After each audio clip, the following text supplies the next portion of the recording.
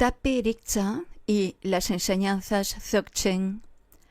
Tape Riksa es el maestro axial de la denominada tradición del linaje experiencial de Samsung, ya que su figura sintetiza todas las enseñanzas y maestros de este linaje.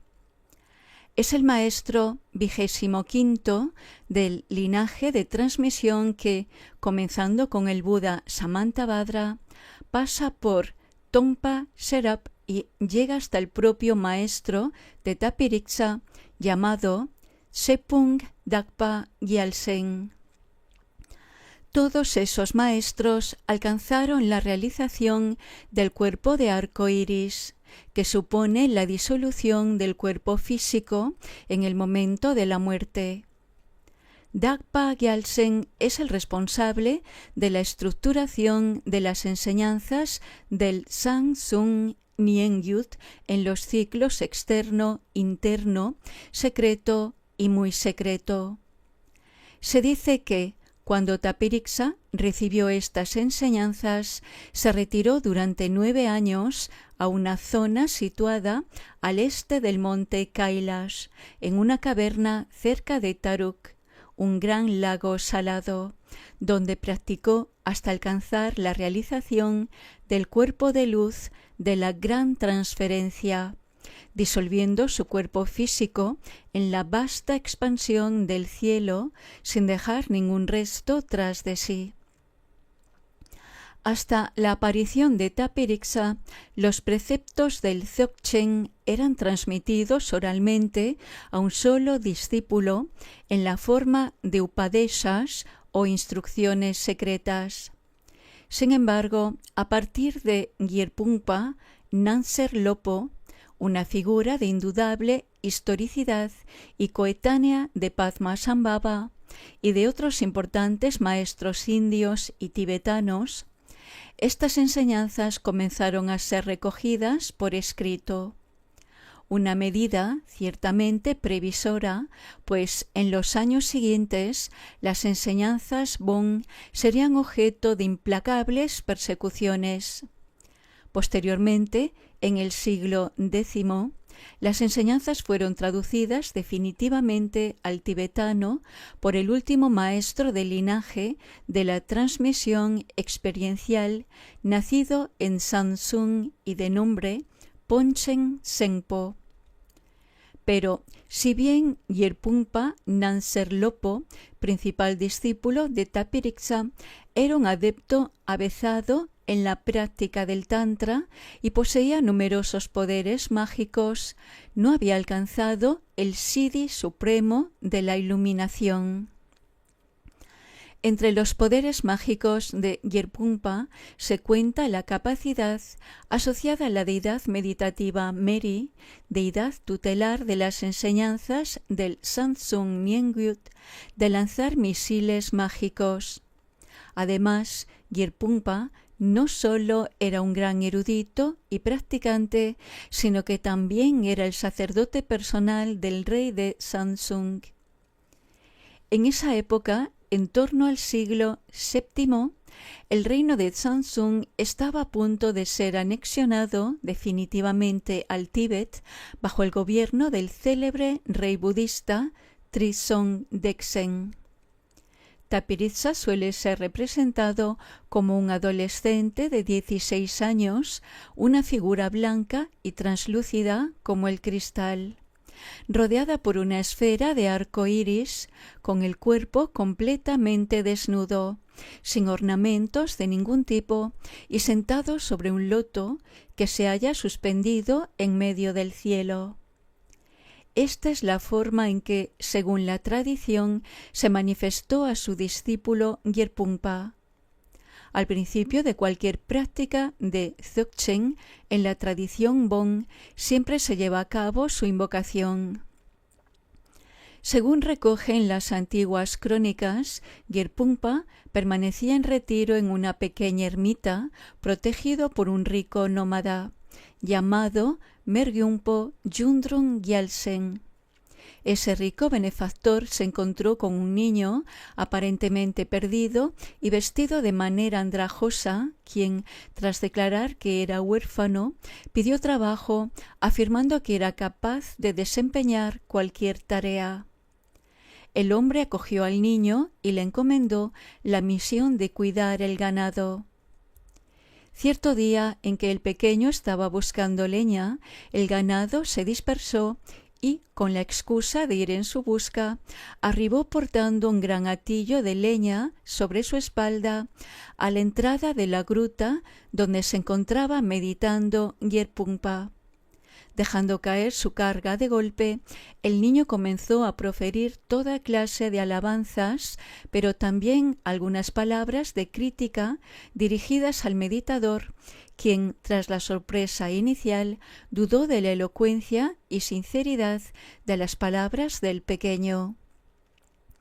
Entonces Yerpumpa se propuso examinar más detenidamente al extraño niño, efectuándole 5 preguntas cuyas respuestas contienen la esencia de la enseñanza Dzogchen. Las preguntas de Yerpumpa fueron las siguientes: ¿quién es tu maestro? ¿Cuál es tu práctica? ¿Cuál es tu meditación? ¿Cuál es tu carga? ¿Y por qué llevas a cabo esta actividad? Y estas fueron las respuestas que dio Tapiriksa. Mi maestro es la visión ordinaria. Si la visión ordinaria no fuera el maestro, entonces, ¿quién fue el maestro del primer Buda, Kuntusampo? Mi práctica consiste en permanecer libre de pensamientos discursivos. Puesto que no podemos fijar ningún pensamiento en la base de todo, las visiones conectadas con los pensamientos no constituyen la práctica real. Mi meditación abarca la totalidad de los fenómenos de los 3 reinos de la existencia, puesto que el auténtico significado de la verdad última trasciende cualquier tipo de parcialidad. Llevo sobre mí la carga de los pensamientos porque, una vez que los deseos han sido agotados, deja de haber pensamientos discursivos y se comprende que todo es una ilusión. Mi actividad es el trabajo al servicio de todos los seres. Dado que la felicidad y sufrimiento tienen un solo sabor, mi conducta es actuar con ecuanimidad hacia todos ellos. Estas respuestas no aplacaron el escepticismo de Yerpumpa, por lo que le propuso que al día siguiente ambos entablaran un debate en presencia del rey y de ese modo quien saliese derrotado se convertiría en discípulo del otro.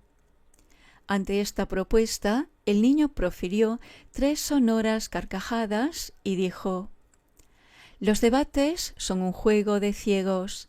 Los tántricas solo crean ilusiones con la mente.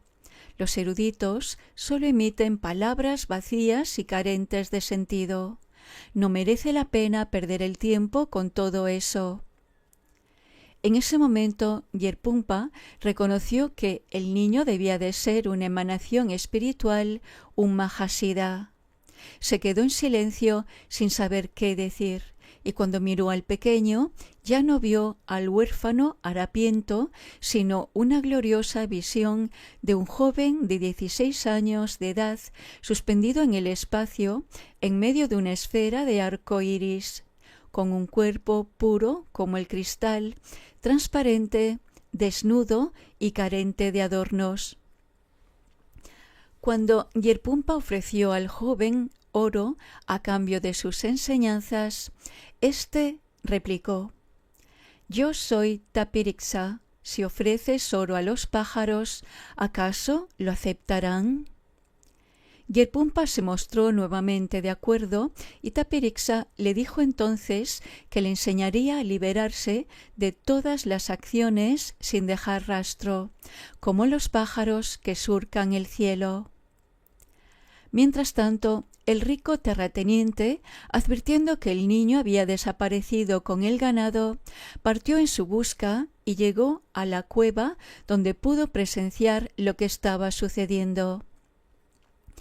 Entonces Gyerpumpa explicó a su benefactor que el pequeño huérfano era en realidad un gran ser espiritual. De ese modo, ambos hicieron ofrendas a Tapirixa y se postraron ante él.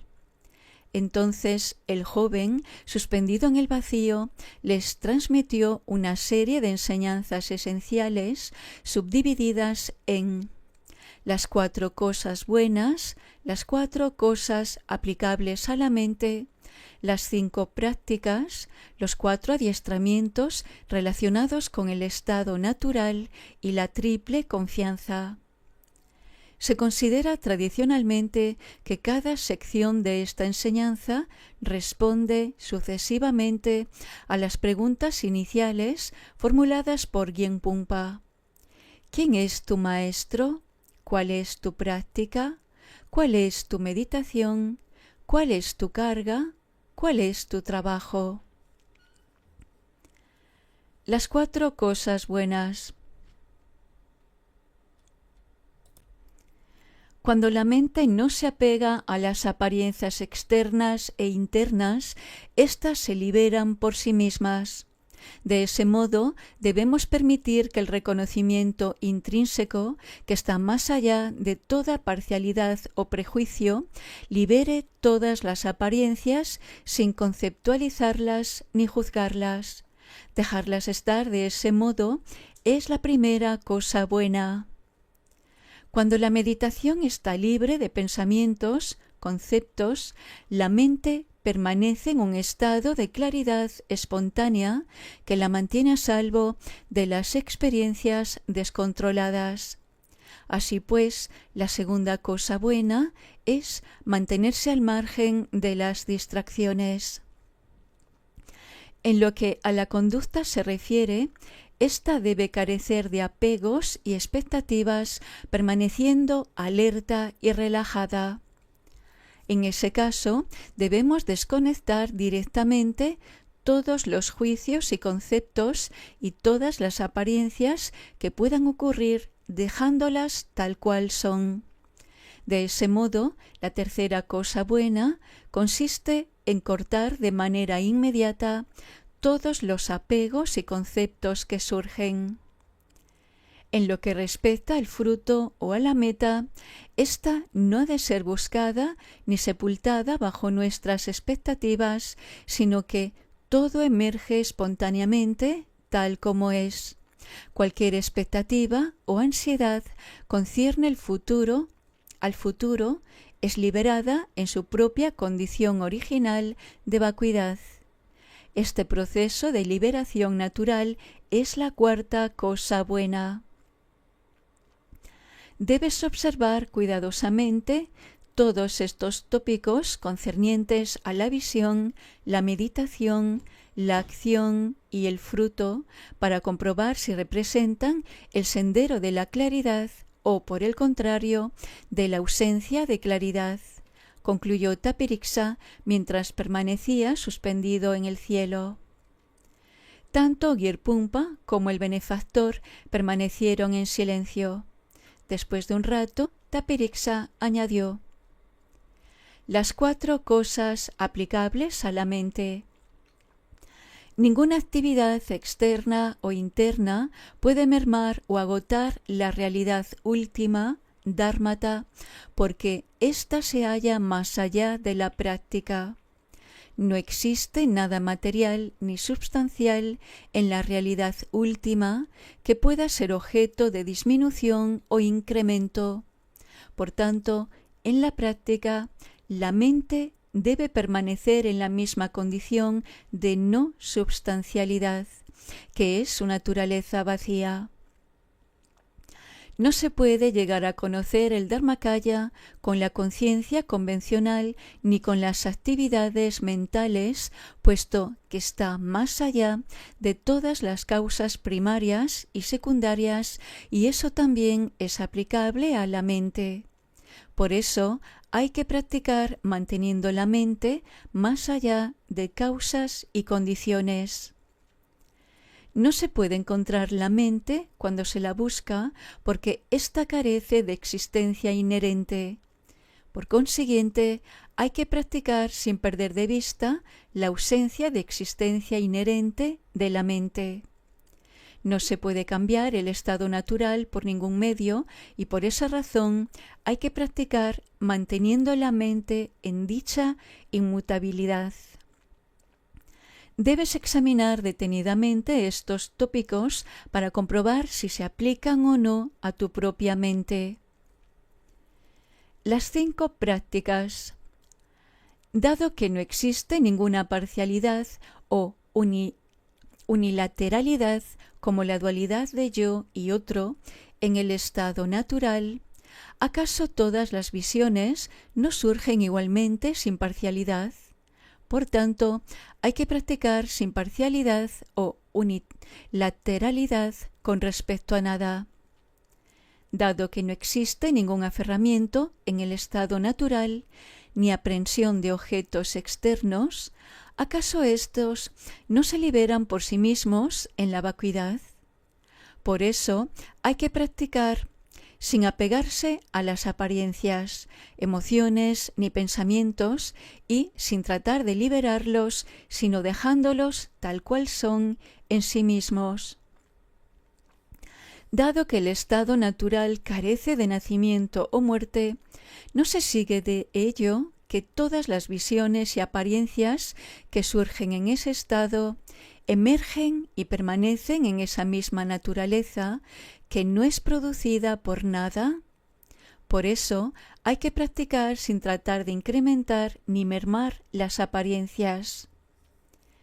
Dado que el estado natural es inexpresable e inaprensible mediante conceptos, ¿no sucede también que todas las apariencias emergen y permanecen en esa vasta expansión del espacio de una manera inefable? Por tanto, hay que practicar sin tratar de enfatizar ni de eliminar nada. Dado que las apariencias y las visiones nunca se separan del estado natural desde el mismo principio, no se sigue de ello que no hay necesidad alguna de unirlas a dicho estado. Por tanto, hay que practicar sin tratar de separar o de relacionar nada. Debes examinar cuidadosamente estas cuestiones para ver si las apariencias surgen de la mente o no. Los 4 adiestramientos directos relacionados con el estado natural.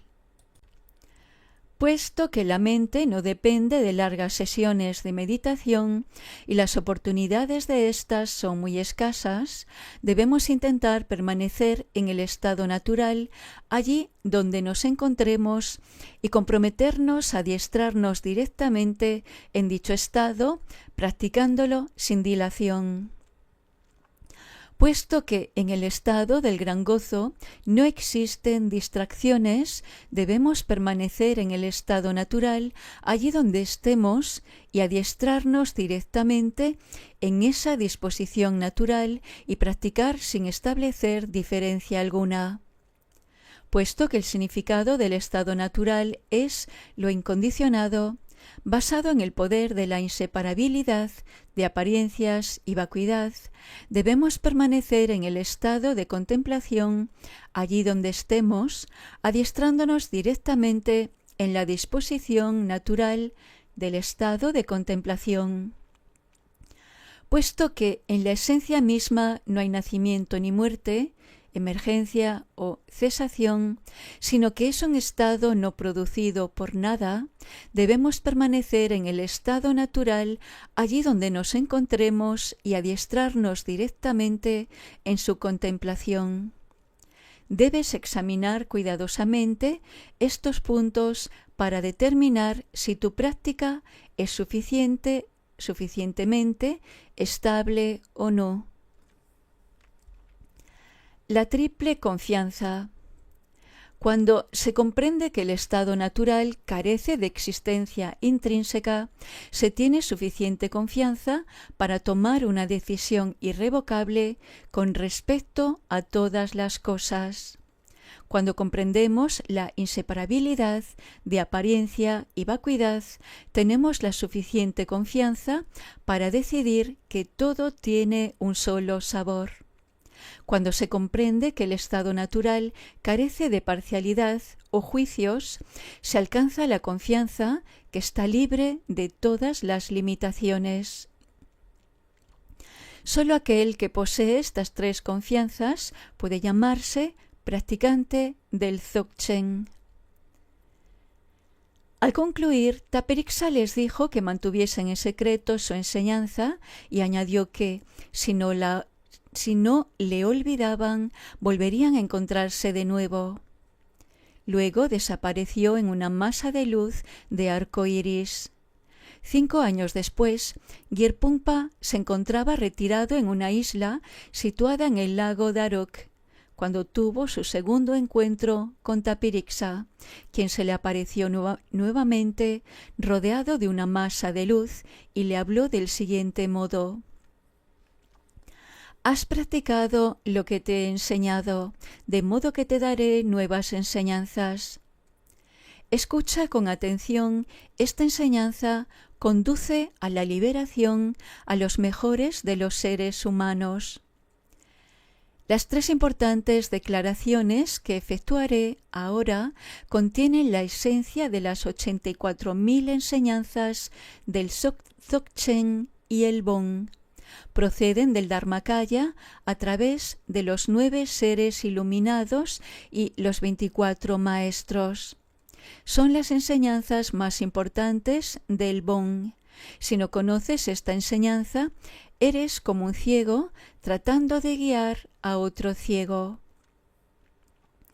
Entonces le transmitió todo lo concerniente a la visión última, una enseñanza contenida en el texto titulado Las 6 lámparas.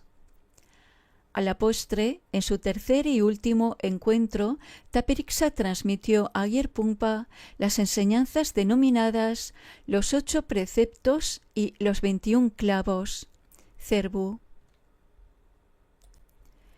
El segundo capítulo de este texto se titula El reconocimiento de la base de todo y contiene algunos consejos para comprender la diferencia entre la mente y la naturaleza de la mente, para reconocer la base de todo, Kunsi, y para afianzar y desarrollar la experiencia de la contemplación.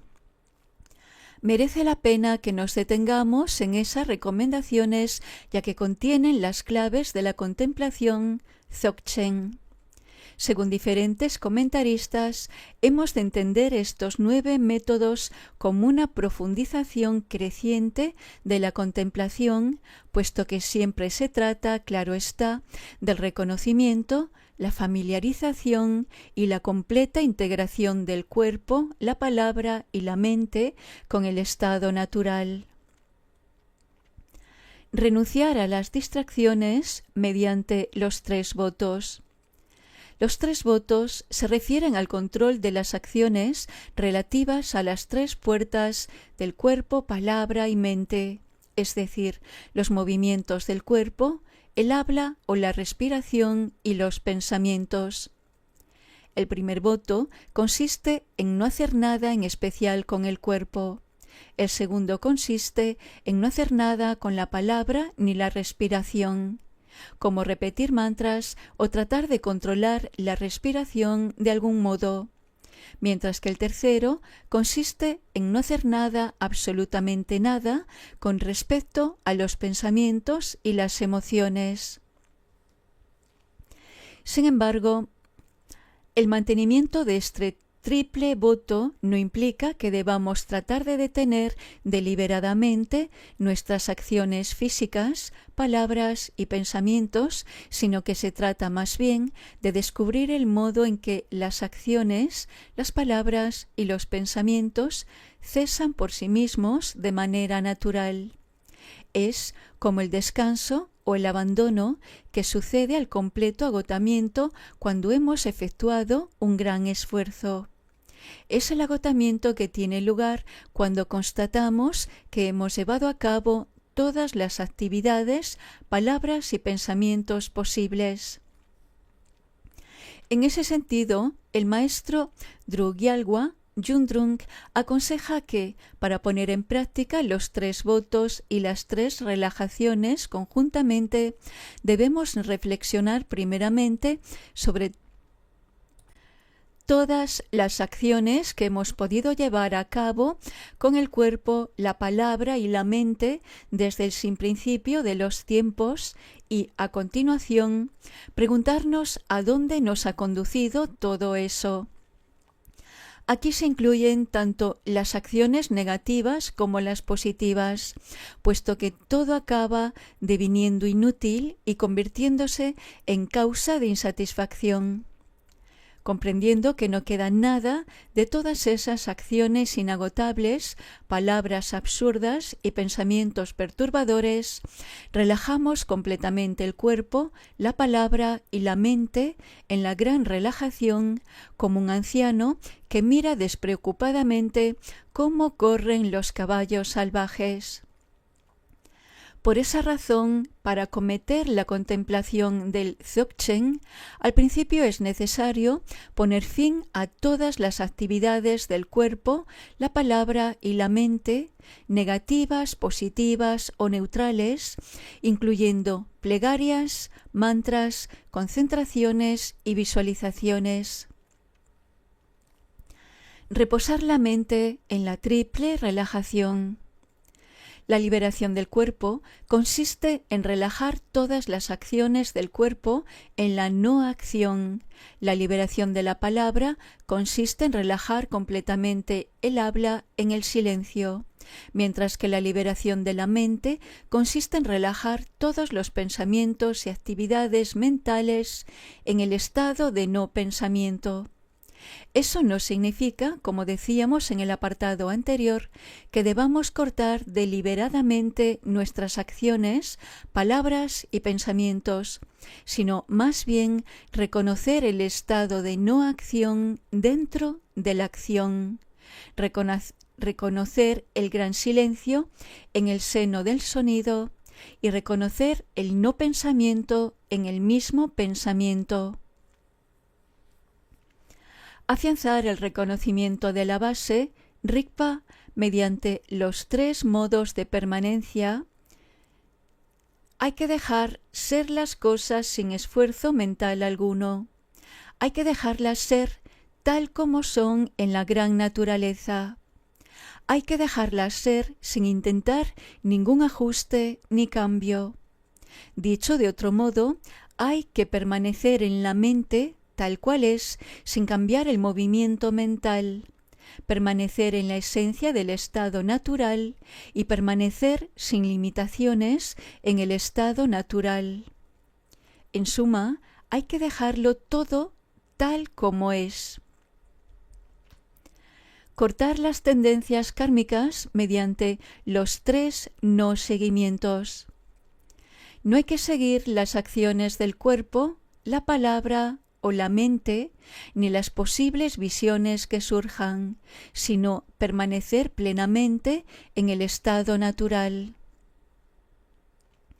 Sostener la continuidad y la familiaridad de Rigpa mediante las 3 cuerdas. Las 3 cuerdas o continuidades de la práctica se refieren al afianzamiento de la contemplación y la familiaridad con el estado natural. La primera cuerda consiste en no distraerse con los pensamientos ni las visiones, sino mantener la contemplación continuamente. La segunda es no tratar de cambiar el estado natural, mientras que la tercera consiste en mantener la frescura de la contemplación. Proteger la adulteración del significado mediante los 3 ocultamientos. Primeramente, es muy recomendable practicar en soledad, ocultando el propio cuerpo como un animal salvaje que ha sido herido y permaneciendo centrado en el estado natural hasta que éste ha sido estabilizado. En segundo lugar, es mejor mantenerse en silencio como una lámpara dentro de una hornacina que el viento no puede perturbar. En tercer lugar, hay que proteger la mente sin seguir los objetos de los 6 sentidos, permitiendo que la mente y los sentidos permanezcan en la base de todo, kunzi, ocultos como la tortuga que se sumerge en las profundidades del océano. Ejercitar la energía dinámica, Sel, de Rigpa mediante las 3 emergencias. Cuando la contemplación es suficientemente estable, debemos comenzar a integrar todas las acciones con el estado natural, ejecutando primeramente pequeñas acciones, en las que podemos ejercitarnos sin perder la presencia del estado natural, moviéndonos, recitando mantras u otras oraciones o generando distintos pensamientos, y constatando que el estado natural los abarca a todos. Las 3 emergencias se refieren más concretamente a la emergencia de las diferentes acciones del cuerpo en el estado carente de acción, a la emergencia de las diversas manifestaciones de la palabra en el estado de silencio y la emergencia de los diferentes movimientos de la mente en el estado carente de pensamiento. Relajarse en la no dualidad mediante las 3 liberaciones. Significa, básicamente, que, independientemente de lo que hagamos, permanecemos siempre en el estado natural. En el estadio no es posible establecer diferencia alguna entre la mente y la naturaleza de la mente, entre el pensamiento y el no pensamiento. De ese modo, todas las acciones del cuerpo se liberan o se disuelven en el estado sin acción del cuerpo. Todas las palabras se liberan en el silencio y todos los pensamientos se liberan en el estado más allá del pensamiento. Por medio de esta triple liberación podemos comprender la igualdad fundamental que subyace tanto a la mente como a la naturaleza de la mente. Mantener el resultado mediante los 3 no oscurecimientos. Una vez que se llega a ese nivel de integración, las acciones no oscurecen el estado sin acción del cuerpo, las palabras no oscurecen el silencio y los pensamientos no oscurecen el estado natural más allá del pensamiento.